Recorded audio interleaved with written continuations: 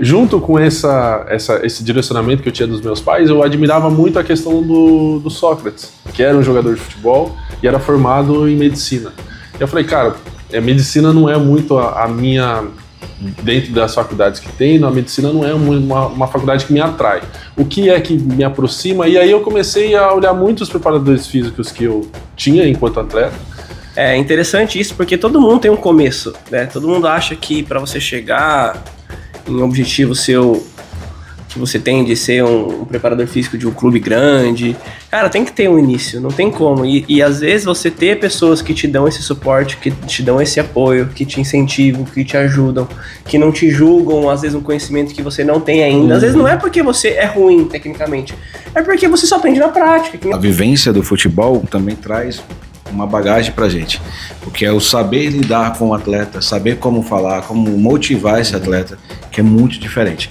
Não é só, vai, faz. Não é assim, cara. O atleta não funciona assim. Você tem que mostrar pra ele porque ele deve fazer aquilo dali, pra ele entender a importância daquilo.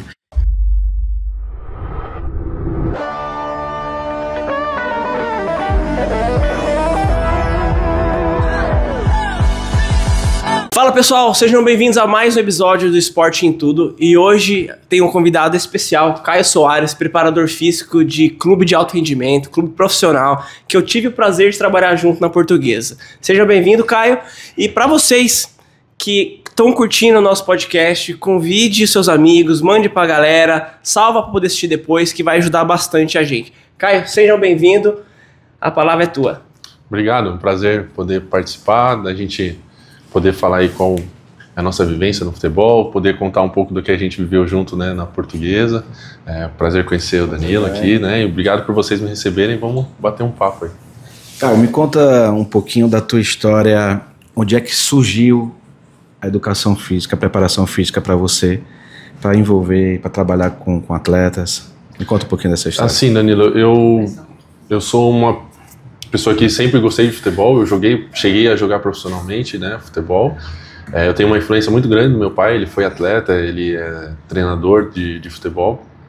E isso percorreu a minha trajetória de vida, assim. E eu lembro que por volta ali dos 15 anos, a minha mãe, tanto a minha mãe quanto o meu pai, eles me incentivavam muito a questão do estudo, até porque sempre se teve essa questão de que a pessoa que joga futebol, ela de alguma forma abandona os estudos. E isso na minha casa nunca foi uma opção, sempre era uma questão terminar o colégio e ainda assim fazer uma faculdade. Junto com esse direcionamento que eu tinha dos meus pais, eu admirava muito a questão do Sócrates, que era um jogador de futebol e era formado em medicina. E eu falei, cara, medicina não é muito a minha... Dentro das faculdades que tem, a medicina não é uma faculdade que me atrai.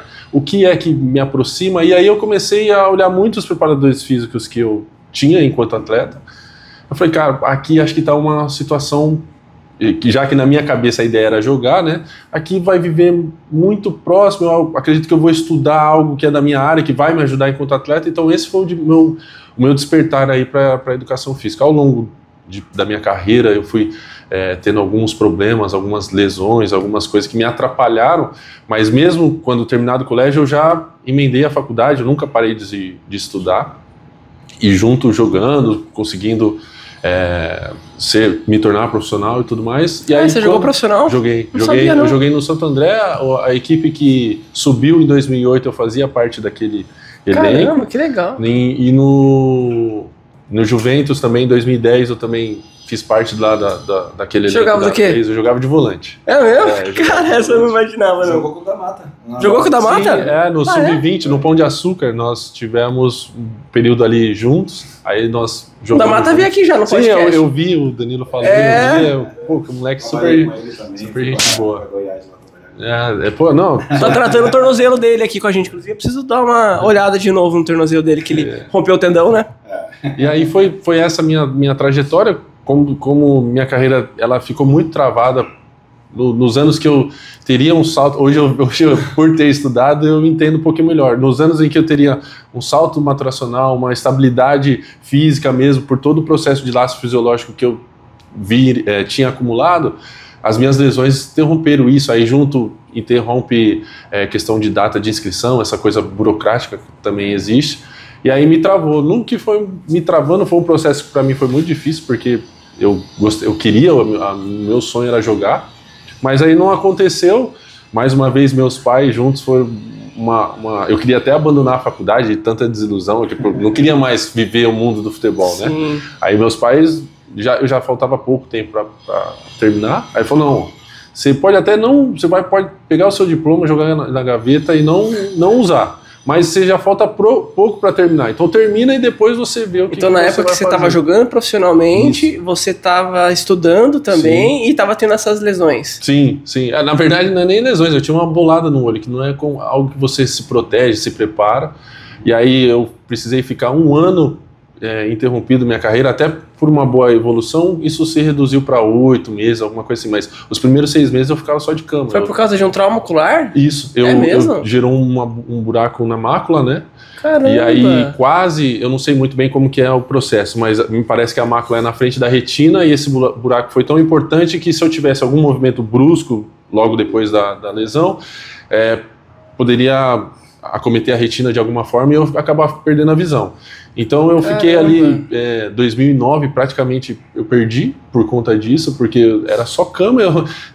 Nos primeiros 3 meses nem do quarto eu saía. Eu levantava para também não ficar o tempo todo deitado, mas era deitado e eu não saía do quarto. Aí foi passando, eu comecei a andar mais bem, assim, eu não tinha problema físico nenhum, mas andava na minha casa assim, me apoiando, porque foi uma coisa tão importante de falar, pô, eu não quero perder a visão. Aí os médicos me deram a opção de operar, só que eles falaram, Caio, você joga, se você operar e tomar uma bolada novamente, que é um risco que existe, aí não vai ter o que fazer, provavelmente você vai perder a visão. Aí eu falei, doutor, então, quer saber, deixa eu do jeito que eu tô. Quando foi, eu não consegui enxergar, era dois não, só no olho esquerdo, a bola acertou em cheio assim no meu olho esquerdo, e aí eu não enxergava, fazia um V assim na minha visão, eu não enxergava. Hoje eu ainda tenho um pouco de sequela no olho, assim, né? Mas não é nada que me impede de eu fazer nada na minha vida. Mas isso foi um processo que dificultou, impediu, assim, de alguma forma. Teve uma lesão no olho também, foi o Bruno Henrique, não foi? O atacante também, ele levou uma bolada. Sim, não sei, sim,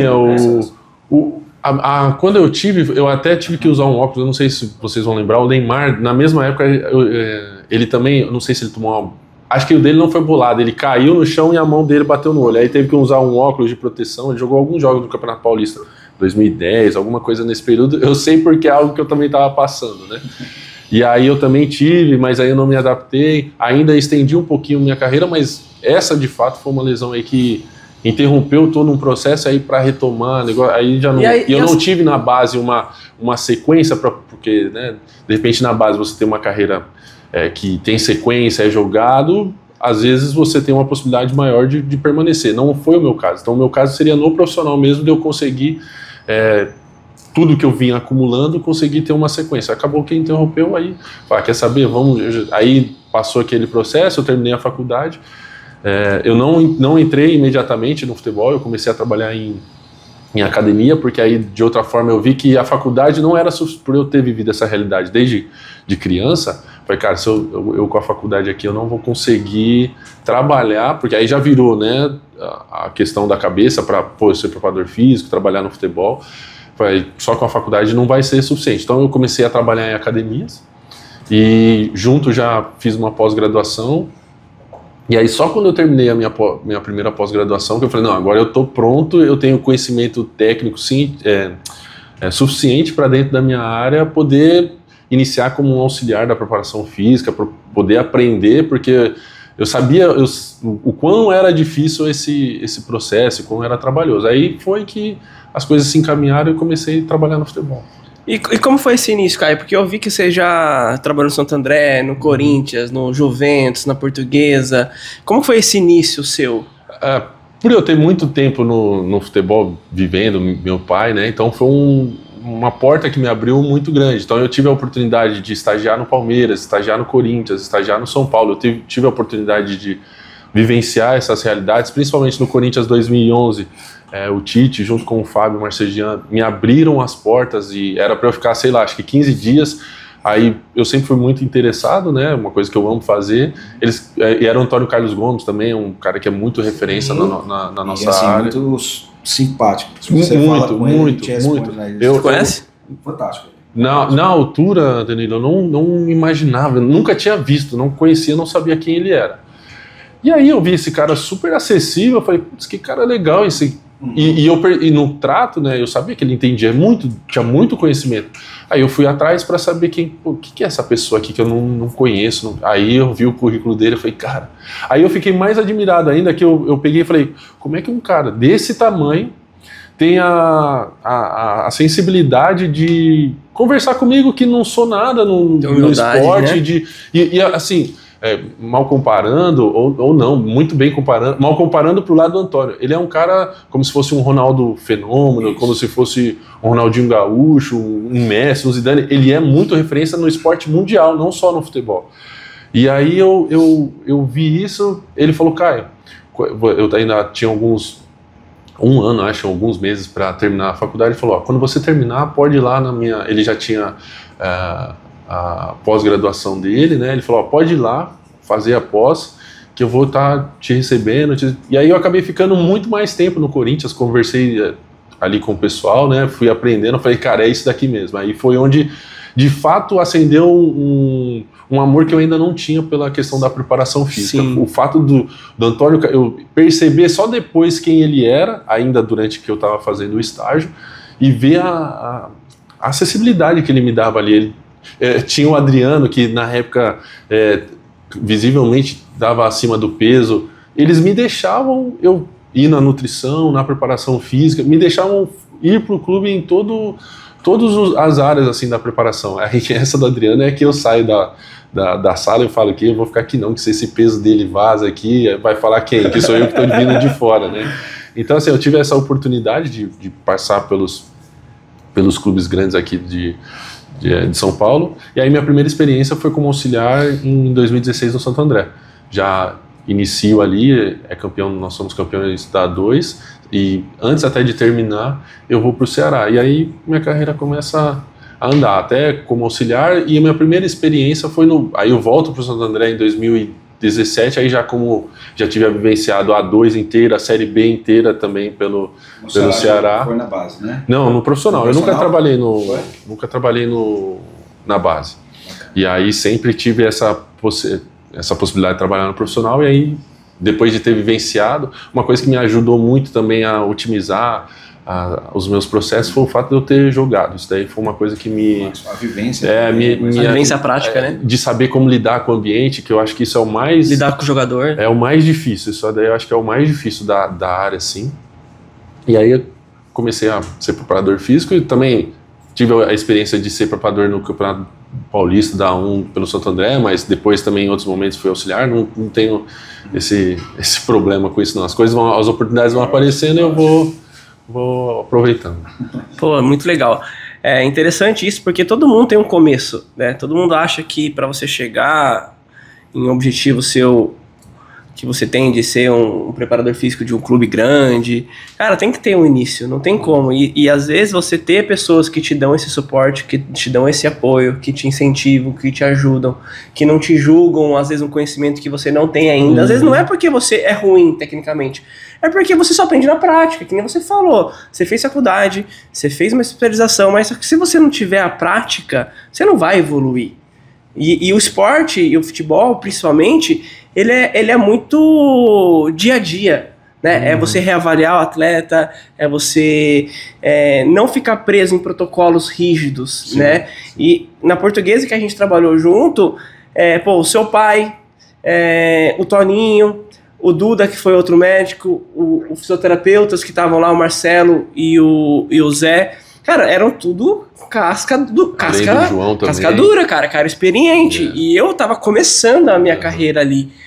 Cara, e assim, errei em alguns pontos, acertei em outros pontos, a gente até pode entrar num assunto relacionado a isso, mas, cara, se eu não tivesse tido eles lá, não tivesse te dado a oportunidade de saber que eu tava no início, cara, hoje eu acho que talvez o meu conhecimento teria sido muito menor. Né? Pô, eu tô lá no Desportivo Brasil hoje que, cara, eu tenho uma outra visão. E lá na Portuguesa eu trabalhava com atleta profissional. No desportivo eu trabalho com atleta de base, com 15, 17 e 20, e também no profissional aqui no A3. Mas o foco lá da base é outra coisa já. Você trabalhar com profissional e trabalhar com criança já muda, né? Porque é outra percepção de dor. Mas se eu não tivesse tido essa prática aí, eu acho que não tinha desenvolvido tão rápido como eu desenvolvi. Não, com certeza. E assim, a vivência do futebol também traz uma bagagem pra gente, porque é o saber lidar com o atleta, saber como falar, como motivar esse atleta, que é muito diferente. Não é só, vai, faz. Não é assim, cara. O atleta não funciona assim. Você tem que mostrar para ele porque ele deve fazer aquilo dali, para ele entender a importância daquilo.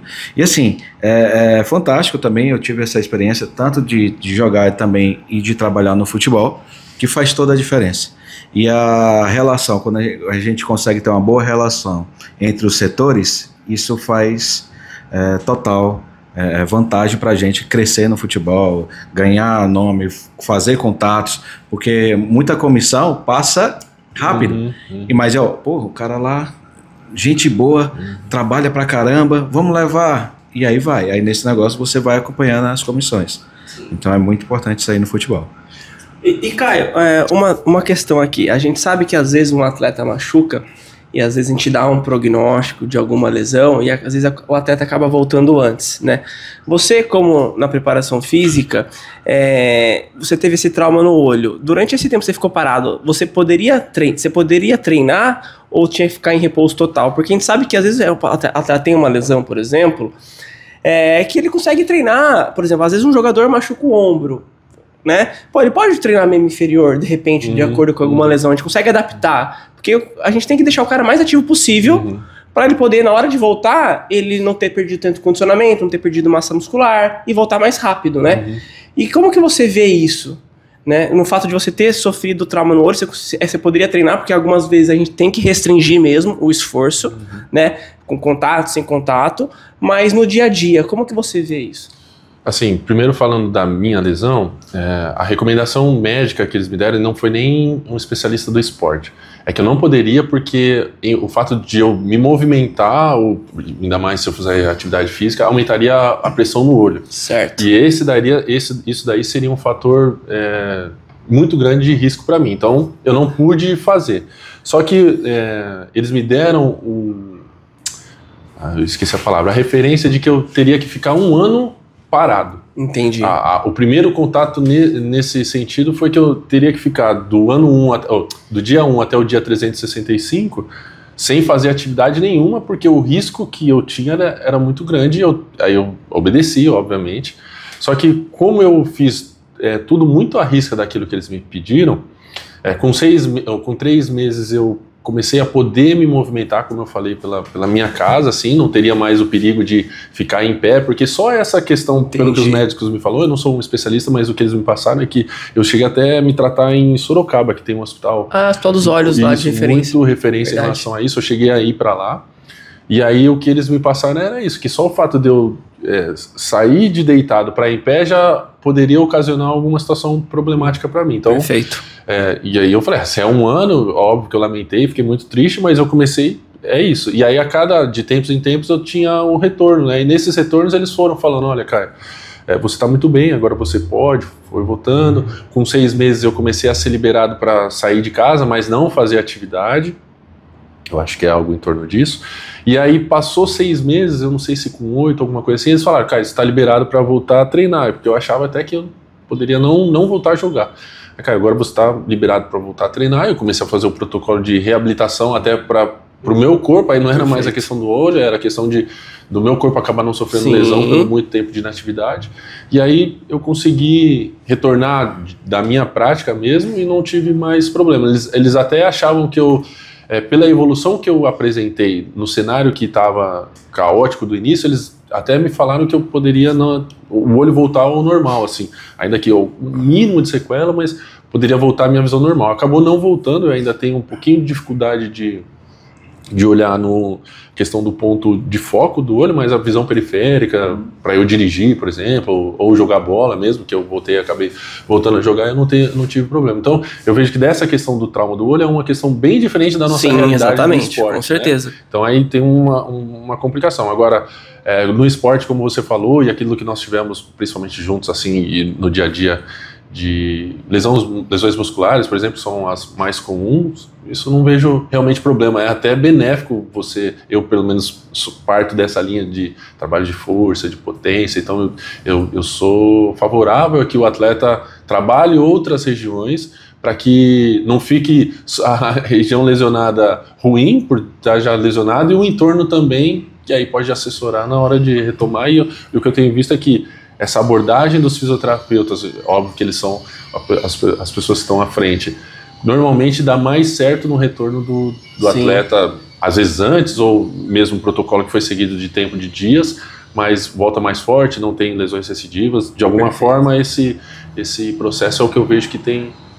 Essa abordagem multidisciplinar, né, essa comunicação entre as áreas que é essencial para o atleta ter um diagnóstico correto, se ele pode ou não fazer atividade física, primeiro para a segurança dele, que foi o seu caso de um trauma no olho. A partir disso, reavaliar, otimizar o tratamento para o atleta conseguir voltar o mais breve possível, né? Agora, entrando na parte da preparação física mesmo, Caio, a gente sabe que hoje a exigência física do futebol aumentou, né? É diferente hoje, porque a gente tem mais monitoramento de treino, conhecimento melhorou, treinamento de força. Para você, assim, uma maneira geral, como funciona uma periodização numa temporada de um atleta? Meio que pré-temporada, temporada e descanso. Que momento que ele vai trabalhar força, que ele vai trabalhar uma deficiência que ele tem, que ele vai minimizar o risco de uma recidiva de uma lesão que ele já teve? Como que você imagina isso?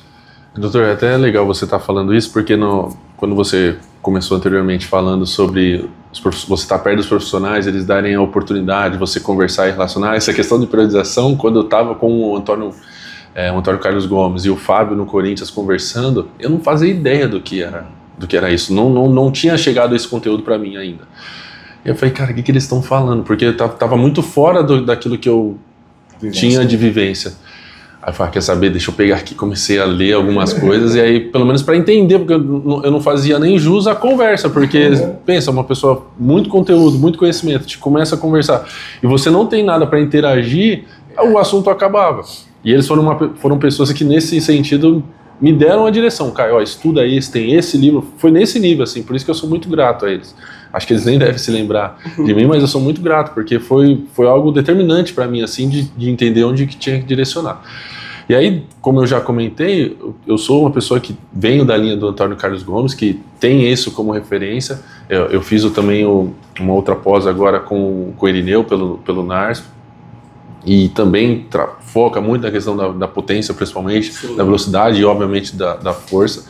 E sobre o que você me perguntou da periodização, é isso. Para mim, né, eu inicio com os trabalhos de força, quando possível na pré-temporada, e aí eu vou fazendo a transição da força para potência para velocidade, obviamente vendo as questões de sessões, quantas sessões são feitas, e aí eu tento, no futebol é muito difícil, mas hoje a gente tem ferramentas que possibilitam individualizar, todo mundo faz o mesmo treino, mas individualizar a carga de trabalho de cada um, sejam os trabalhos de academia, de musculação, que não são de campo, ou os trabalhos de campo, quando o clube tem um pouquinho mais de condição e a gente consegue monitorar isso melhor. Na Portuguesa, por exemplo, a gente fez um trabalho que nós fizemos e não tinha o monitoramento, aí eu tive as experiências anteriores que me ajudavam a ver nos olhos, né? Porque se você é um profissional que fica dependendo muito das ferramentas, talvez no seu olho você se perca. Elas são ótimas, elas são excelentes ferramentas para trabalho, são fundamentais, mas você na minha opinião, não pode abster daquilo que você está vendo, de identificar, de feeling, de conversa com os atletas. Então isso, eu tive uma experiência no Frei Paulistano, naquilo que a gente aqui, que é de São Paulo, quando é um time de Nordeste, aquelas experiências que a gente vê de dificuldade de alimentação, dificuldade de acomodação, e eu me vi nessa situação trabalhando no Frei, que era tudo muito difícil, tudo, e ali porque antes eu tinha tido só experiências com o Ceará, com o Goiás, tinha ido no Bahia, tinha visto aqui os times de São Paulo, então era sempre lugares que tinham recursos tecnológicos para aquilo que você talvez como profissional tivesse como deficiência, a plataforma te entregava. Ainda que eu gosto muito de estudar, sou muito ligado no que está acontecendo na minha área, mas quando você só vivencia isso, você não tem uma outra referência. E ali foi quando eu falei, cara, eu acho que eu sei trabalhar direitinho, porque a gente trabalhou, eu fiz naquele ano a Copa do Nordeste, o Estadual, a Copa do Brasil, e um time com pouco recurso, ainda que hoje vai olhar na tabela, estava até conversando com o treinador da época, os resultados em si não foram resultados ao ponto de que foi um ano da pandemia também, isso daí foi uma situação que acabou prejudicando, mas não foram resultados que chamam a atenção aos olhos, mas para o meu trabalho, para a minha independência, talvez profissional, não sei se para falar, putz, eu sei trabalhar sem nada de recurso, sem campo bom para treinar, sem nada mesmo, né? Aqui eu consigo. E aí eu vejo que essa experiência me fez chegar numa Portuguesa, numa pressão absurda, que a gente já tinha lá a Portuguesa com alguns anos tentando subir, não conseguindo, dentro da A2 era a torcida mais exigente e é vista como um time grande, tem essa questão de tem que subir. Então ali eu me senti ter sido preparado ao longo do meu processo, principalmente de 20 e 21, para poder estar fazendo. Então, sobre o que você me perguntou da preparação, da periodização, eu vou por esse caminho, e aí lógico, dentro da competição, tentando fazer as sessões de manutenção, tentando ver quais são, e aí são diagnósticos que, de maneira geral, você tem que ir olhando dia a dia de treinamento, semana a semana, para ver, esse daqui perdeu força, esse daqui perdeu velocidade, esse daqui ele tem uma mobilidade que está... Tem problemas que o colocam em risco. Hoje a gente tem testes muito simples que é possível, ainda que ferramentas são importantes, mas mais do que isso é o conhecimento. Com ferramentas hoje no celular a gente consegue, vamos ver a sua posterior aqui, se tem pouco recurso, você faz um movimento e você consegue identificar de repente um encurtamento, alguma coisa assim que pode prevenir algo que... a palavra certa é prevenir, porque se fala em prevenção e evitar, e a gente sabe que no futebol, por mais que você faça, é um esporte que tem várias possibilidades de ter lesão, então você nunca vai conseguir cobrir todas, mas dentro daquelas que você consegue identificar, é possível ter um caminho aí. Isso que ele falou é super importante, porque assim, eu já trabalhei também em clubes que tinham recursos e clubes também que não tinham absolutamente nada, nem até alimentação faltava para os jogadores. E aí essa parte do conhecimento em si te traz uma bagagem gigantesca, porque você não se assusta quando vê um negócio, quebrou o equipamento, e agora? O que é que eu vou fazer? Que tem clube grande que é assim, o profissional fica tão refém da tecnologia, que quando quebra, acontece alguma coisa, ou a plataforma sai do ar, o cara, e agora, vou fazer o quê? Não sei. Ou então na fisioterapia fica preso a equipamentos. Por isso essa parte da vivência prática, de estudar, de procurar outros acessos para ter aquelas informações sem ficar dependente, isso daí faz um profissional totalmente qualificado. E é muito louvável ouvir isso daí, porque eu já passei e senti isso na pele. Então eu tive que realmente pegar um livro e bora, aqui, é assim que se faz. Não é simplesmente ligar um aparelho que vai lá. Porque você com o GPS, você vê o sprint, você vê potência, você vê muita coisa, como é que tá o pico de velocidade, enfim, tudo isso. Então faz toda a diferença. Cara, as ferramentas que você vai usar para poder fazer esse monitoramento de treino vai depender do clube que você tá, né? Mas assim, qual que é o que você mais usa que é o básico bem feito? Que você sabe, independente de onde você for, você tendo isso, você já tá tranquilo para poder fazer o monitoramento do treino. A gente naturalmente vai acabar enveredando pelo lugar do GPS, né? Que numa realidade de Série B para baixo, é muito difícil que tenha. A gente disputou a A2 num time com maior história, provavelmente da A2, não tinha esse tipo de recurso. Então assim, ele naturalmente é um lugar que eu, como provador físico, já direcionaria, mas muitas vezes não é uma possibilidade, a não ser que você trabalhe nos times de Série A, Libertadores, essa coisa assim. Então o que eu falo é controlar volume de treino, isso já é uma coisa muito importante para o preparador físico, e fazer uma anamnese. Aí você faz o estado de sono, a questão da urina, você conversa, né, com Percepção de esforço. Com percepção de força, percepção de recuperação, que dessa daí você consegue ter uma base muito boa de como está o atleta, e óbvio, quando você tem menos recurso, a sua experiência, o seu olhar sobre o que está acontecendo com o atleta é muito importante também, porque eu vejo que a gente que é da área acadêmica de alguma forma é muito voltado a falar da questão científica, e eu sou completamente a favor, mas muitas vezes na nossa realidade nós nos vamos ver em lugares que não é possível, então como é que faz? Se não tiver, então não faz. Então tem que achar uma maneira para fazer. Então eu estou falando aqui do mais básico mesmo, que eu entendo é isso, a questão da prontidão do atleta com percepção de esforço, percepção de recuperação, volume de treino, volume mesmo, o treino começou, solta o cronômetro. O treino acabou, para o cronômetro, e aí você vai fazer os cálculos, as contas, você vai cruzar também, e uma coisa que é muito importante, pelo menos na minha prática, isso me ajuda muito, com 15 dias, 20 dias, eu já consigo ter um perfil bem estabelecido na minha cabeça, eu não tenho uma coisa como, é esse protocolo, mas pelo fato de vivenciar muito isso, esse atleta tá desse jeito, esse atleta tá mais cabisbaixo, esse atleta ele não é assim, porque o padrão comportamental dos atletas no dia a dia, eles são muito estáveis, se diferencia, seja para mais ou seja para menos, e para menos é um fator muito importante, na minha opinião, de olhar por questão de lesão, né, porque um cara que tem um comportamento, você vê solto, leve dentro do campo, ou solto e leve fora do campo, no dia a dia de trabalho com as pessoas, e ele começa a mudar isso e baixa energia, provavelmente esse atleta, para mim, ele já começa a indicar um fator de potencial de lesão, não que vai lesionar nem nada assim, mas eu começo a olhar, e aí normalmente, não 100% das vezes, mas normalmente bate, esse atleta aqui tá destoando, ele tá respondendo mais fadigado, alguma coisa assim, conversa, e isso é uma parte que eu acho que é fundamental, seja você tendo recurso ou não tendo recurso, conversar com o atleta, perceber o atleta, isso é uma coisa que eu acho que é o dia a dia que dá isso, não tem muito como... Verdade. Estudar isso, pelo menos é o feeling ali do dia a dia, a prática, né? Eu nos meus estudos eu não tive uma matéria, alguma coisa que direcionasse para isso que eu estou falando. Isso é a prática, a questão da prática. Todo aliado conhecimento que você teve, que eu acho que tem que buscar mesmo, mas é uma coisa que dá uma junção, pelo menos para mim, muito poderosa de entender o que está acontecendo. E como eu fui meio que forjado em muitos lugares em que não tinham os recursos, e isso acabou aguçando muito para mim. Então é algo que eu utilizo muito.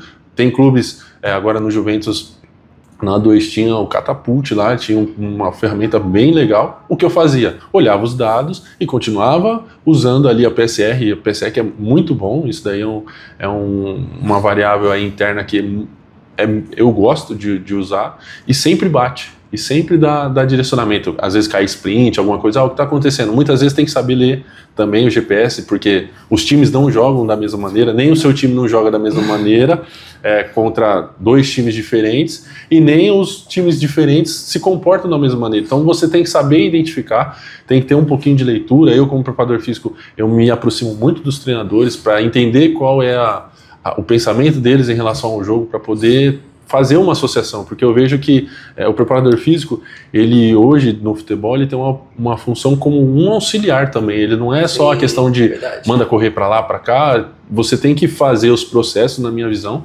associados aqui à demanda do jogo. No final, nós todos estamos ali no futebol, né, pela questão da demanda do jogo, não é pela questão da demanda física, pura e simplesmente, até porque se for nesse caminho, muitas vezes você vai acabar indo para um lado de preparação e de treinamento que nada tem a ver com aquilo que é esperado em termos de resultado dentro da performance. Com certeza, por isso que muitos preparadores seguem as comissões, porque são as valências que são exigidas lá, por exemplo, a marcação alta, marcação baixa, é um time que precisa ser mais reativo, então para ser mais reativo tem as valências que precisam ser trabalhadas. Então, e acontece muito isso. Eu estava até um curso que teve da CBF, que ele falou exatamente isso, principalmente quando tem um preparador que é da casa, ele sofre muito com isso. Troca de treinador, aí muda totalmente a estrutura de jogo, totalmente as valências são exigidas, e os atletas se machucam, porque tem um período de adaptação, tem tudo isso daí. Então é um detalhezinho, e esse detalhe faz toda a diferença. Por isso que muitos preparadores hoje fazem parte das comissões, porque ele já tem aquele modelo de jogo, já sabe como é que vai ser exigido, entendeu? O tipo de treinamento e as varinhas que vai treinar, né? Eu acho que isso que você tocou é a grande diferença entre uma questão de uma periodização e preparação desde o início, você estando à frente desde a pré-temporada, ou quando você chega no meio do caminho, a coisa já acontecendo. Isso isso daí é comprovado, tem dados já hoje em dia que dizem a esse respeito, de toda vez que troca uma comissão técnica, às vezes não precisa nem trocar a comissão, troca a figura principal, troca o treinador, já vai gerar uma demanda metabólica e uma demanda aí de treinamento que é completamente diferente. Normalmente as lesões em grande parte acontecem nesse momento, de troca. Tá um treinador, e aí entra até a questão, para você que está assistindo, tá fazendo o seu treinamento. Chega um momento que você se adapta, tá acostumado a fazer aqueles tipos de exercício, aquelas mesmas séries, aquelas mesmas repetições, e aí vem um novo treinador, eu não vou nem falar do preparador físico, pura e simplesmente o treinador. Ele vem e troca essa demanda, esse número, o exercício, ou muitas vezes nem o exercício, só de trocar o volume, a intensidade sobre o que está sendo executado ali, já é muitas vezes o suficiente para lesionar. Não, é interessante que você falou nesse ponto, trazendo para o atleta amador. A gente tem bastante pacientes aqui que são adultos jovens que jogam futebol de final de semana. Só que assim, é um futebol de final de semana que vira meio que um amador, porque eles treinam dia de semana, eles trabalham, né, também fora isso, e às vezes jogam sábado, domingo, e às vezes acaba que machucou muito, né. Então a gente percebe que você deve ter algum amigo, algum colega que sempre fala assim, putz, eu não jogo mais bola porque bola machuca muito. Uhum. E na verdade tá errado, porque eles não se preparam da maneira correta, né, e não fortalecem da maneira correta, não fazem o descanso da maneira correta. Não é que tem que virar um atleta, mas é que fazer o básico bem feito, fazer um treinamento ali específico, fazer uma estratégia de recuperação, não acumular muitos jogos seguidos, né? Ele minimiza o risco de lesão, né? Qual que é a tua opinião disso? A minha opinião sobre isso, doutor, ela é, por eu estar inserido no futebol profissional de alto rendimento, eu vejo muitas pessoas que gostam de futebol, que jogam futebol, criticando os atletas de maneira geral, seja no que for, né? E aí na questão da preparação física, que propriamente é a minha área, esse atleta se machuca muito, é baladeiro. Mas ao mesmo tempo você vê uma galera que gosta de futebol como recreacional, ou como amador, que aí eu ponho um amador, que hoje a Várzea aqui está muito forte, né? Uhum. E eu coloco esse grupo de pessoas dessas duas áreas que não são do futebol profissional no mesmo lugar, que são pessoas que têm a sua vida cotidiana acontecendo, seja o seu trabalho, e quando chega no final de semana, quando não um jogo, joga até 4 jogos, eu já conheço pessoas que jogam até 5, só que você fica muito suscetível. Primeiro, se você é acostumado a treinar, você não, normalmente a pessoa que não é profissional, ela não treina na intensidade que deveria. E qual é a intensidade que deveria? A intensidade que você joga, porque você vai, de uma maneira geral, você faz um tipo de treino, e quando você joga o jogo, você faz muito mais forte daquilo que o seu corpo está acostumado, e aí, para mim, na minha percepção, onde acontecem as lesões. Porque ela não para pensar que eu tenho que fazer controlado. Muitas vezes, num treino de vida diária, ela faz ali fadiga, tá bom, fica 5 minutos, 10 minutos recuperando, mexendo no celular. Não é isso um treinamento que de fato prepara. Significa que então uma pessoa comum tem que treinar como um atleta profissional? Não, significa que ela tem que treinar com os mesmos princípios, dentro daqueles que cabem a ela, mas os mesmos princípios, porque uma vez treinado dentro dos mesmos princípios de treinamento, ela vai fazer a carga para ela e ela vai se livrar desse tipo de problema, que normalmente são lesões musculares, e por segundo são as lesões articulares, aí de ligamentares. Sim, assim, são situações que, do mesmo jeito que acontece no público comum, assim acontece nos profissionais, só que por demandas diferentes, mas é o mesmo problema. De não ter o controle de carga, não ter a orientação correta. Eu vou treinar, é só fazer isso e depois eu jogo. E isso quando não tem a pessoa que só joga de final de semana. Ela, além de ter problemas musculares, ela pode ter problema cardiovascular. Não Perfeito. É muito difícil da gente saber de histórias de pessoas próximas que vivem a vida normal, tem o seu futebol de final de semana e acaba tendo um infarto. Isso é... E da onde vem isso? De você poder se cuidar de maneira adequada. Não adianta, por exemplo, como a gente está falando desse assunto, você fazer uma caminhada ou um trotinho de 30 minutos que isso não vai te condicionar, porque na hora que você vai jogar o jogo, você vai querer dar um pique para ganhar uma bola, você não transfere. Você não consegue fazer uma transferência. E essa, no caso do público comum, essa diferença é a principal, na minha opinião, a principal demanda de problemas que ela pode ter de ordem cardiovascular ou articular. Então, e aí a gente vai identificando esses padrões, assim. E pegando um pouquinho o gancho do que ele está falando, é assim, tem muita gente que acha, tô indo para academia, eu vou estar bem preparado para conseguir jogar meu tênis, para jogar meu futebol, para conseguir correr. Não, tem exercícios específicos para isso. Exercício de potência, exercício de força, gestual, esportivo, todas as valências que vão ser exigidas durante a sua atividade. Então não é que você vai ficar lá levantando peso, fazendo um supino, alguma coisa que vai te proteger. É importante, é importante encaixar dentro da demanda. Mas esses exercícios livres, exercícios dinâmicos, mais voltado para o esporte, esse faz toda a diferença. E é bom a gente até conscientizar as pessoas em relação a isso. Eu costumo dizer que é melhor, se você quer praticar atividade física, ou aliás, jogar futebol, ou praticar seu esporte de gosto, é melhor que você faça alguma coisa do que não faça nada. Mas o melhor disso é que você comece cada vez mais direcionar dentro da sua capacidade, dentro do seu dia a dia, treinos que comuniquem, que conversem com a atividade do qual você gosta de exercer, como você falou do tênis, o futebol, o basquete também, que por conta da NBA, que tem uma galera que eu vejo que gosta também, mas tem sempre que ter uma associação. Não pode você, vou voltar para a minha área que é um lugar mais de segurança, você jogar futebol de final de semana e achar que você vai fazer exercício de musculação, ainda que seja para perna, mas que não tem exercício de hipertrofia, por exemplo, que é uma situação aí que eu vejo estar mais associada. Muitas pessoas vão por questão de saúde, mas a galera que treina hipertrofia treina lá para poder jogar. Não vai ter uma associação e de repente a pessoa está treinada, ela está ali com volume muscular, mas ela é totalmente sujeita a uma lesão.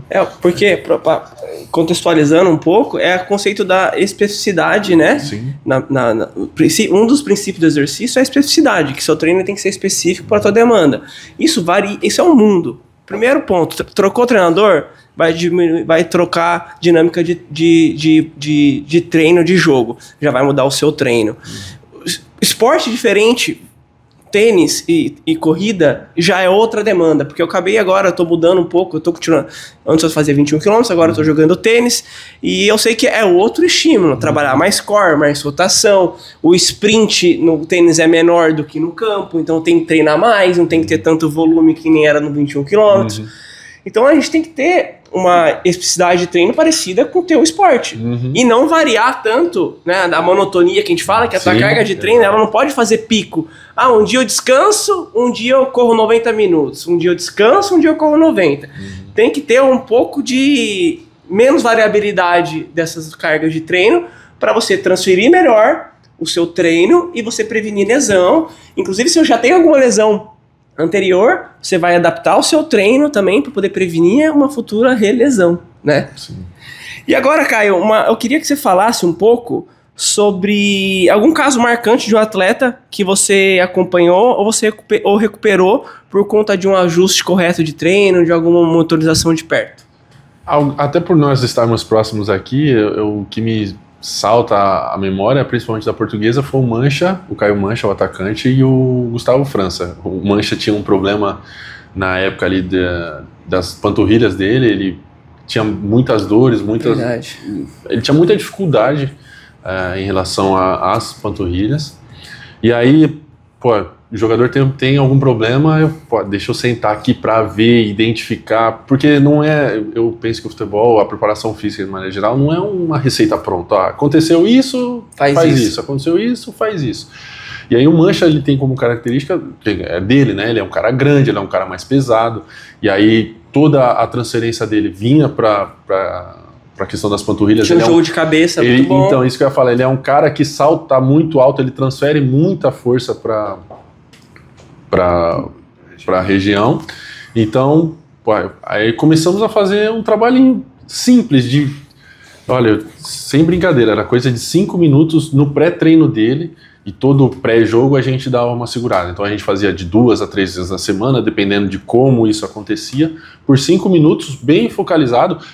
de maneira geral, a gente até fazia isso com todo o elenco. Fazia as avaliações, olhava qual eram as dificuldades, mas o Mancha eu lembro que puxou uma demanda maior, que aí eu junto já não era o João, já era o Marcelo, já que a gente estava trabalhando junto, vamos trabalhar nisso. Aí conversamos e fizemos essa questão. O Mancha, ele conseguiu completar o campeonato, até porque a demanda não era curá-lo de fato, era deixá-lo pronto para jogar. Muitas vezes tinha que fazer uma gestão de minutagem, ele consegue jogar, não consegue jogar. Tiramos ele de acho que de cabeça que eu lembro de 2 jogos, que estava muito gritante a situação, e aí nós sentávamos e conversávamos, acho que ele vai machucar do jeito que tá aí, tirava, dava uma abaixada, não conseguiu, ele jogou o tempo todo ali aquele ano, do meio para o final do campeonato, com a lesão não, porque não chegou a ter, mas com dor, né, mas a gente conseguiu controlar essa região, e ele foi um cara importante aí para nós, conseguimos o acesso, o título, e o gol, por exemplo, das quartas de final, é ele que faz e sacramenta a nossa classificação, de um gol bonito pra caramba. Às vezes eu olho esse gol na TV, nem é a mesma impressão do que do estádio, que ele saltou alto pra caramba, a bola vem de frente, ele gira a cabeça e a bola vai no lado contrário. Eu fiquei muito feliz porque é o nosso trabalho que estava sendo realizado. Exatamente. E o outro é o França, doutor. O outro o dia que você falou lá que aprendeu, eu aprendi junto com você. Eu nunca vi um tornozelo daquele maneira. Era do tamanho de um pé de elefante mesmo. Tava gigante o tornozelo do atleta, dele. cara. Eu peguei um caso parecido, foi com o Edson Carius, que estava no Londrina, que é um jogador também, que ele recebeu no treino de bola parada. Ele foi fazer o reconhecimento de um campo, o cara deu uma entrada nele, ficou desse tamanho. Eu dormi com o atleta dentro do quarto, fazendo fisioterapia. Vai, levei para a piscina, fiz exercício na piscina, alguma coisa para poder soltar, para poder diminuir o corpo da pressão hidrostática, né, que ela vai fazendo micromassagem, ajuda também, diminuição do edema. 10 horas da noite eu estava na piscina fazendo hidro com ele. E aí foi, e ele conseguiu, foi o gol da vitória que classificou a gente na Copa do Nordeste. Nossa, que legal. Então, essa do França foi até legal, ele foi dar um elástico eu gosto muito de jogador com habilidade. Inclusive ele tá na Pérsia, né? Tá jogando lá Ele tá na Indonésia agora. Não, Indonésia. Persija, o nome é o Persija. Tá. É Indonésia lá. É Indonésia. Aí, se eu não me engano, acho que é o maior time lá da Indonésia. Ele começou agora a temporada, tá super Tava no Guarani, foi pra lá. Isso, acho que a estreia ele fez gol. Isso, ele já tem, sei lá, uns 4 jogos e 4 gols. Ele tá bem. Só que naquela altura ele tomou no jogo mesmo um pisão, assim, ele deu um elástico e saiu do cara, e aquela coisa de fez muito rápido o movimento, a bola saiu, o pé dele ficou, o rapaz foi e pisou nele. E aí não recuperou, Danilo. O tornozelo dele ficou, sei lá, 2, 3 dias muito grande. No primeiro dia eu acho que nem tava o roxo, o hematoma, mas depois ficou grande e com hematoma. Eu falei, cara, eu acho que ele não vai conseguir jogar, porque via ele entrando no CT com dificuldade de andar, e tipo, o jogo é amanhã, assim, sabe, 24 horas mesmo. Como é que ele vai jogar desse jeito? Tá entrando aqui pelo CT, arrastando, não vai dar. Aí conversamos lá, como o doutor mencionou, a gente estava conversando antes, não tínhamos outro jogador para ir, tinha gente lesionado, só tinha ele. França, dá? Isso é uma coisa muito importante, ele estava querendo jogar. Ele estava querendo, exatamente. Ele não dá para jogar, eu jogo, dá para jogar. Se fizer uma botinha, eu jogo. Mas ele nunca também tinha passado por uma experiência como essa. E normalmente um jogador que já passou por uma lesão de tornozelo, sabe como que foi aquilo vivenciado, de repente ele tem um controle maior do corpo dele. Perfeito, exatamente. Um entendimento. E o França não, o França era pura vontade de querer fazer a coisa acontecer ali no time. Não, eu jogo. Então beleza, França, você joga. Aí o doutor foi, fez os testes nele, no DM, ele não sentiu. Falei, bicho, vamos ter que ir pro campo, porque não dá pra, sem testar nada, sem fazer nada, ele ir pra lá, que já perde substituição, essa situação toda. Por mais que tivesse dificuldade com relação ao atacante, pensa numa outra maneira. Aí fomos pro campo, eu falei, nossa, como que será? Mas falei, quer saber? No jogo ele vai ter que fazer, óbvio que de uma maneira mais controlada, sem muito estímulo de exposição ao tornozelo dele, mas de alguma forma um deslocamento para perceber. Ele foi e fez, eu põe a meia assim, o tornozelo... Não sei nem como entrou a chuteira no pé dele. Muito grande. E aí ele foi e fez, fez o teste aqui, a gente ainda tem o aquecimento no dia do jogo para poder ver, pressiona, vamos ver. Ele foi jogar, ele passava por mim perto do banco, o tornozelo grande, falei, como que ele tá jogando? Você faz, se algum outro jogador vê esse tornozelo, vai chutar ele lá, ele, ó, foi um dos melhores no nosso time naquele dia, assim, foi uma experiência que para mim ficou muito marcada, vai ficar para minha carreira, assim, de um aprendizado na prática ali, um aprendizado, ó, não, e aí ficou, né, se você tem uma lesão articular, se você suportar a dor, vamos embora que você consegue performar. Foi. Negócio, né, tem demandas e demandas, né? A gente tem que ter um feeling, por exemplo, se tivesse outro para posição, provavelmente não seria segurar. Uma questão que juntou muita coisa. Jogo importante, só tinha ainda posição, jogador importante para o elenco. O desejo dele de querer fazer, porque se no desejo dele acabasse, tô com dor, já não tem como. Aí que também mora outro perigo, porque assim, o desejo do jogador tem os dois lados da moeda, né? Por exemplo, ele pode simplesmente falar, uma dorzinha mesmo, pequenininha, e falar, não vou. Ou ele pode estar muito ruim e falar, dá para ir, eu acho que dá para ir. Aí tem um feeling da gente também, ó. É o seguinte, precisa, aí vai somar e vai, será que vale a pena correr esse risco? Nesse caso valeu a pena e ele correspondeu. Graças a Deus ele foi, não teve problema. Depois a gente chegou à conclusão de que foi até a melhor opção, porque foi num jogo que ele jogou dessa maneira lesionado. No jogo seguinte ele ainda estava, então se pega e fala assim, não, vamos tirar dele desse próximo para ele ir daqui 2 jogos.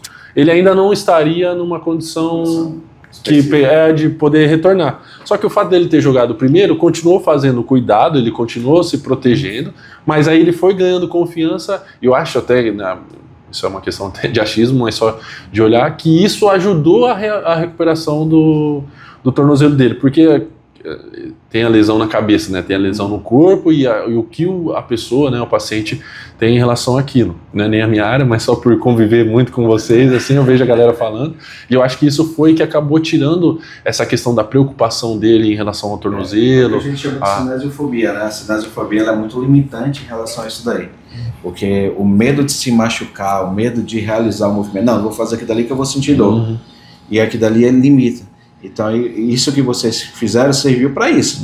Para ele, não, dá para ir, cara. Eu tô com um bicho aqui parecendo um sapo e deu confiança para conseguir. Isso daí acelera esse processo de recuperação. Por isso que é importante, a gente que trabalha nesse setor, departamento médico do clube, né, e de performance também, a gente está lá motivando o jogador. Bora, que dá para ir, ó, vamos lá, que isso aqui está sempre para tirar esse medo do atleta, né? E são situações como essa que, às vezes, quando o departamento médico ali não está muito alinhado, às vezes um libera, outro não libera, que pode gerar desconfiança ou, às vezes, até resistência por conta da comissão e por conta da diretoria.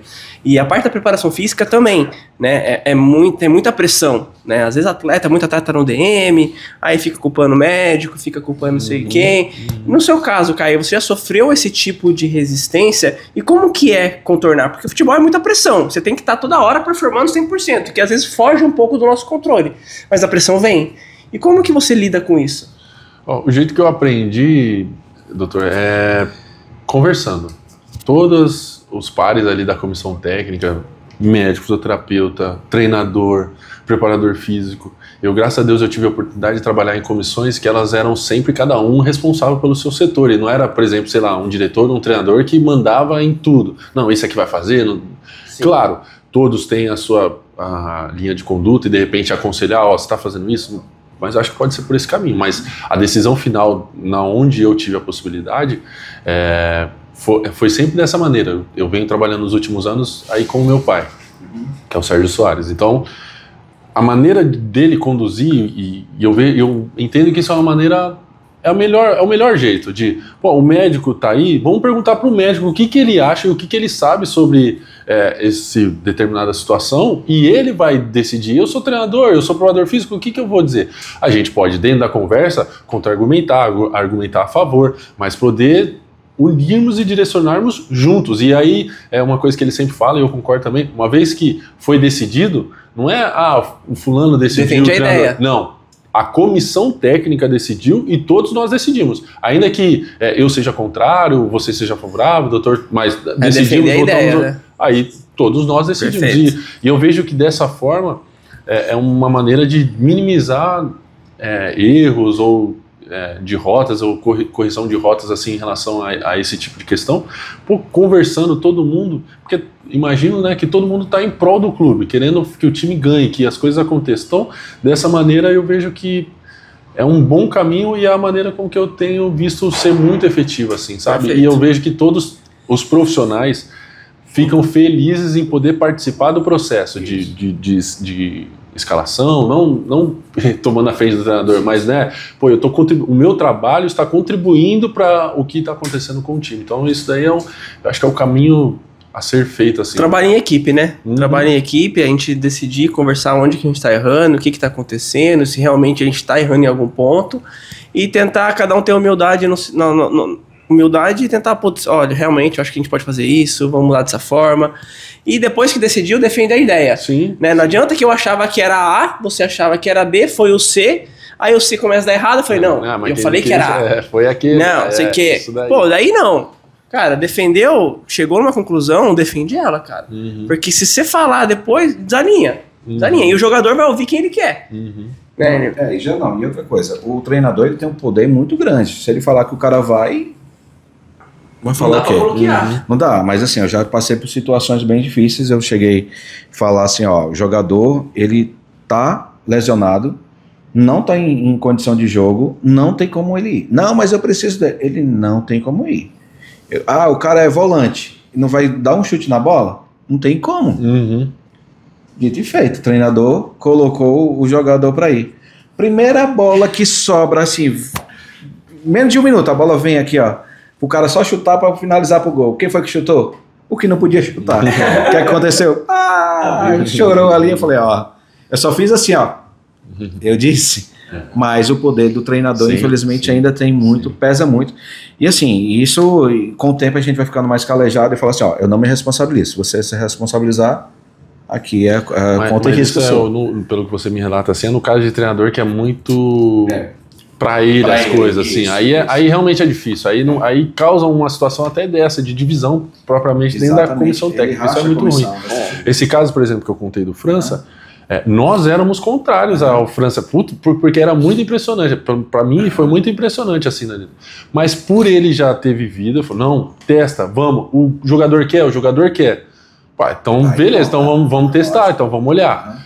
Mas foi debatido isso, não foi uma situação, não, todo mundo quer, não foi isso, foi, isso daqui não dá, acho que é difícil e tal, e aí não, aí conforme as coisas foram acontecendo, foram dando confiança pra gente arriscar, não, beleza, então, e aí foi isso, é favorável a todo mundo, então vamos lá que vai jogar. Isso daí, foi legal e todo mundo sabia do risco, inclusive o jogador que era o principal. Todo mundo, não, tem problema, eu assumo, eu vou, eu faço. Então beleza, então somos nós que estamos querendo essa situação. O treinador poderia queimar uma substituição logo. Sim, e aí foi um aprendizado que eu tive, que eu falei que quando for lesão articular, de repente, respeitando o limiar de dor do atleta, porque é como você falou, às vezes o cara tem nada, mas é o suficiente para impedir. Mas ficou uma experiência que lesão articular, no limiar de dor, se o cara conseguir, é mais favorável que ele consiga performar do que não. Agora, a lesão muscular é possível. Eu, na minha experiência aqui... E o Naldo da lesão muscular? Não, então, é isso que eu ia dizer. Eu digo que é possível porque a gente acompanha a história das pessoas que às vezes estavam jogando com um adutor lesionado, mas isso muito na época dos anos 90 isso acontecia mais. Hoje, pelo menos eu na equipe, eu nunca vi uma pessoa com lesão muscular diagnosticada, tem lesão muscular grau 1, não vou nem falar das outras porque as outras é muito mais difícil, e o cara jogar. Você não lembra do Naldo? O Naldo jogou a semifinal da 2 contra o São Bento com lesão de adutor. Você lembra? E ainda fez o gol de cabeça. O Naldo, ele fez de cabeça, cara. Mas é isso que eu tô falando. E o Naldo era um cara experiente. Ele não chapava a bola. É isso que eu ia falar. Ele tocava de peito. O Naldo, ele fazia, doutor, mas até o diagnóstico pra gente entender qual era a percepção de dor dele era meio duvidosa. Era duvidoso. O que eu tô dizendo sobre essa questão de diagnosticado o cara tem a clínica lesão, tem o exame lesão e, ele faz esse caso, é desse caso que eu tô falando, eu não ainda não peguei. De repente pode pegar. E por que eu acho isso? Eu acho que isso não acontece pela demanda do jogo hoje em dia. Sim. Até em divisões menores, a demanda do jogo é muito alta. Agora, situações como essa, em que há discrepância entre a clínica, entre o exame, entre o que o feedback que o atleta dá, isso daí realmente, isso daí ainda acontece. O que eu tô falando é que bater os 3 eu ainda não peguei. Não, é difícil. Aí é difícil. Eu ainda não peguei. O cara com lesão, com dor, dificilmente, e a clínica, dificilmente ele vai jogar. Agora, às vezes ele tem dor, ele tem lesão, só que às vezes é um jogo importante, ele tá meio que conseguindo jogar. E aí o Naldo foi, cara. O jogo da semifinal da A2 quando foi contra o São Bento lá em Sorocaba, ele fez gol de cabeça. Fez o gol de cabeça e sentiu o doutor no final, não sei se você lembra. Ele ainda sentiu. E no lance do E aí depois a gente foi reavaliar, foi fibrose e ainda foi pra final. Do segundo jogo, ele tá no lance, que acabou sendo gol contra, se não é... Sim, verdade, exatamente. Se não é o gol contra, ele ia fazer o gol, porque não tinha goleiro, não tinha nada. É mesmo, verdade. Fez o gol e fez o gol contra, não foi? O primeiro gol é ele que faz, na verdade. O primeiro gol do jogo da final. Não, perfeito. Então, Caio, eu acho que, cara, um bate-papo muito bom. Muito bom. Muito assim, legal, cara. E rende muito mais assunto. Então, Caio, fala um pouquinho, se as pessoas quiserem entrar em contato com você, como é que faz para tirar dúvida. E o Caio faz treinamento online também, né, Caio? Me conta um pouquinho. Como a gente estava conversando, por que vem o meu conhecimento um pouco aí da questão das pessoas comuns que gostam de jogar futebol. Eu tô nas redes sociais, né, @Caio Soares, sou o Caio Soares, no TikTok, no Instagram, tem no YouTube lá também, mas mais... Vai estar ali embaixo na descrição do vídeo, tá, gente? Mais no Instagram é a rede social aí que eu tenho como forte, e pelo fato de estar no futebol, né, às vezes algum jogador reposta alguma coisa assim de treinamento que a gente vem fazendo, muitas pessoas acabam se aproximando, pedindo treinamento, então eu tenho essas questões de treinamento online, acompanhamento, né? O treinamento online é o meu forte de vender treinos digitais, onde a pessoa compra lá e pega um treino com os mesmos princípios, como eu comentei anteriormente, que eu aplico nos meus atletas. A pessoa que tiver interesse, ela pode ter no treinamento dela. E aí eu faço dessa forma, porque a minha demanda sobre o futebol, às vezes eu até faço um acompanhamento personalizado, mas muito... por questão da minha agenda, porque a demanda do futebol é muito grande, mas quem tiver interesse vai poder ter acesso aí aos treinos que eu faço, a gente pode conversar, mas tem alguns treinos prontos que são mais ou menos a espinha dorsal daquilo que eu aplico no meu dia a dia de trabalho. Que é sensacional, faz toda a diferença, né? Com certeza. Agora, Caio, rapidinho aqui, ó, um ping-pong rápido que a gente gosta de fazer. Primeiro aqui, assim, um jogo inesquecível que você presenciou.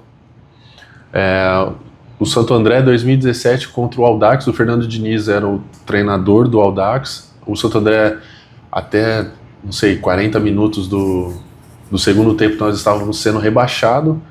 1-0 para o Audax, e aí vira nesse período, assim, até o final do jogo, 2-1, nós escapamos e o Audax cai. Eu não... Nossa! Assim, a emoção de ter subido com a Portuguesa, ela é gigantesca e ela está no meu coração para sempre, mas a descarga emocional mesmo desse dia de jogo, infelizmente não foi transmitido, eu pelo menos não acho. Exato. Cara, eu compartilho um pouco disso aí, porque a gente, na Portuguesa, depois que a gente subiu, a gente não caiu na última rodada contra o Mirassol. E, cara, não ter caído aquele dia foi exatamente o que você falou, cara. É uma sensação de, tipo, diferente de você ter ganhado um título tão bom quanto, sabe, você sair do rebaixamento, mas é uma sensação, sei lá, de liberdade, tipo assim, caramba, valeu a pena, de alívio. Pra mim foi de alívio. De alívio. Eu vivi essa situação, foi de alívio e muito grande. Maior desafio da sua carreira? Foi a Portuguesa. Nesse momento foi a Portuguesa, porque eu até então me cobrava muito, eu ainda não tinha um título na carreira, e eu me cobrava muito, agora eu tô num time que me dá a possibilidade de eu aspirar. No futebol nada é certo, mas sem dúvida foi a Portuguesa, e aí foi muito bom. Uma inspiração no futebol? Meu pai. Não tem como, né? Fica muito difícil. Eu vi da onde a trajetória dele, a carreira dele nos tirou, assim, se fosse fora do futebol ainda juntaria a dupla dinâmica, assim, apesar de hoje estarem separados, meu pai e minha mãe, porque ele era quem aparecia e minha mãe eu via em casa, assim, né? Mas o meu pai, o que ele fez mudou a minha vida, a minha história, a história dos meus irmãos. Eu sou a primeira pessoa da minha família a ter me formado na faculdade. Então, legal, parabéns. É um negócio social, assim, de uma importância que eu só dou valor com clareza hoje, entendeu? Então, é por isso, assim, porque a minha trajetória eu não sei qual seria se não tivesse sido essa questão. Não, o Sérgio, além de um profissional essencial, é uma puta pessoa também. Tive a oportunidade de conversar com ele bastante depois disso. Inclusive, eu fui no aniversário dele um tempo atrás. O cara é uma pessoa sensacional. Inclusive, Sérgio, você já falou até que vai vir aqui, né? Seu filho já veio, o Caio tá aqui. Daqui a pouco eu vou te mandar um convite pra você vir aqui também. E o último aqui, Caio, eu queria que você falasse um conselho para quem quer ser preparador físico de clube, que tem esse sonho de iniciar essa carreira. O conselho que eu dou é a pessoa naturalmente fazer educação física, eu não vejo outro caminho pela preparação física, mas além disso é fazer uma pós-graduação, seja de fisiologia, seja de treinamento esportivo, foi a que eu fiz de treinamento esportivo e depois fiz ciências do alto rendimento, é a área que eu fiz. Eu digo isso porque foi o caminho que eu percorri e foi o caminho que me deu a segurança para eu ter o pensamento, né, ter a confiança de falar, pô, agora eu sirvo para fazer parte, né, nem para comandar, nem alguma coisa assim, mas eu sirvo agora para fazer parte. Tudo que aquela galera for conversar, for fazer, for ter direcionamento de trabalho, ter direcionamento de conduta, eu vou conseguir acompanhar e auxiliar, não é nem opinar, dizer, porque é tanta demanda que só depois que você vive, sei lá, uns 5, 6 anos que você fala, puxa, acho que agora eu fechei todas as abordagens, todas as linhas. Isso quando não aparece alguma coisa muito fora, que a gente tem sempre que ficar atento sobre o que está acontecendo, mas pô, agora acho que eu consigo sentir um terreno seguro para eu poder caminhar e poder compartilhar. Essa foi a minha trajetória e é isso que eu falo para quem pergunta. Sensacional, um papo muito legal, espero que vocês tenham gostado também. E assim, queria agradecer, tá? É sempre muito bacana quando vem alguém do futebol que mostra a vivência, que mostra a prática, que consegue mostrar como é que funciona o dia a dia do futebol mesmo, que muita gente não sabe, só vê a hora do jogo, né, que a hora, a gente até brinca, né? O que estraga no futebol é a bola, né? O resto é legal. Tem essa frase que é bem conhecida. Sim, sim. E assim, queria agradecer e ajudou muita gente também que se interessa por esse meio, que quer entrar nesse meio, que não é um meio fácil, é difícil você realmente conseguir entrar. Depois que você entra, aí tem que ter muito profissionalismo, muita dedicação para conseguir se manter. Eu acho que se manter às vezes é até mais difícil do que entrar. É até mais difícil. Então, gente, espero que tenham gostado, muito obrigado, Giovanni também, muito legal também ter participado dessa conversa entre a gente, espero que tenham gostado e até a próxima edição. Valeu, pessoal. Valeu?